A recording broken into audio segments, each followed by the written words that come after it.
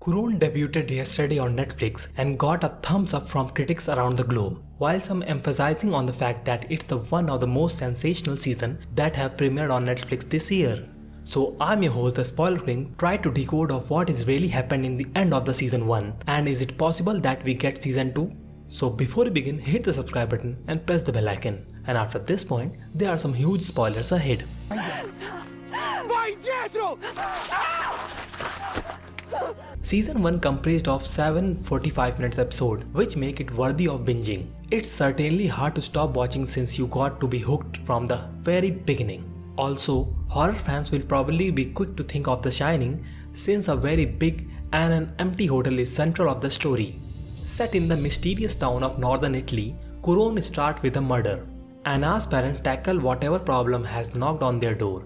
But when she hears her mother cries, she runs out to see what's happening. This is when she witnesses her mother's murder, and the killer looks just like Anna. 17 years later, Anna is on her way back to Kurun with her children Mauro and Daria, living their life in Milan. The situation is further more complicated when their grandfather does not allow them to stay with him and pushes them to leave the town as soon as possible. Meanwhile, they soon encounter the hatred that almost the entire town seems to hold for them. In the midst of all this, they have to try to fit into the crowd of their new school. Mauro, who is a half-deaf and is a docile kid, becomes prone to bullying. Daria, on the other hand, stands her ground and invites troubles on the very first day. Things get even worse when their mother suddenly disappears without a word. The strongest relationship throughout the season is undoubtedly the one between Daria and Mauro, as the sister protects her shy, awkward little brother from nasty locals. Mauro falls nearly into the arc by providing a support that his sister needs. This is a compelling central dynamic, and the performances help to keep it as emotional anchor in the story that quickly gets pretty weird. There's a little in Kurun that you haven't seen before, but in this case, it doesn't matter as the series is quite messier than it is, and with the lingering mystery that unfolds carefully, compelling young characters to get behind. It proves to be very watchable midweek release that just might tide over the genre fans until this weekend. Coming on the finale, which opens with Anna looking over a red-tinted swimming pool that Daria and Mauro are both swimming in. They nag her to join them, but it's a vision.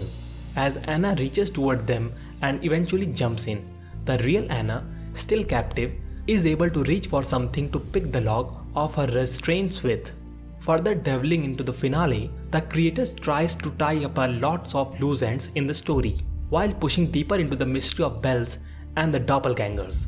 One of the most shocking details come with the case of Clara, whose husband's affair with Anna had given rise to a different personality, but Albert takes care of her. Soon enough, another doppelganger comes to take her place by killing real Clara. While considering the curious case of Albert, who maybe was a doppelganger himself and did not know about the replacement in case the first doppelganger is killed, which means that all the doppelgangers' death don't guarantee the same fate for the character. If replacement were issued every time a doppelganger dies, it would mean that everyone from Lucas to Albert to Anna can get a do-over. However, difference between them and Clara is that all their real versions were dead before they themselves were killed. If the criteria of the resurrection of doppelganger is that the original version should still be alive, then what's dead is not dead in Kurun. The series leaves the real nature of several people in Kurun in dark. Inside the tunnel, the children had seen a bunch of bones. They thought these bones were belonged to the soldier who fought in the Second World War. But then the war never came to Kurun. Maybe these are the skeletons of all the real version of people who were replaced by their doppelgangers. Apart from all this, the series also leaves the fate of Daria and Mickey hanging in the balance. As in the last scene, we found both of them battling the severe headaches caused by the ringing of the bells. This means that their doppelganger have been activated. However, we don't see the lookalikes come out of the lakes as water was frozen and they are unable to break out the surface. If the doppelganger can't come out of the lake because of the ice, they will die in water. As their replacement, another doppelganger will be born. But again, because of the ice, they won't be able to come out. This process will stay on a loop until the ice starts to thaw and the doppelgangers can finally swim out of the lake. Sooner or later, the girls will have to face their demons.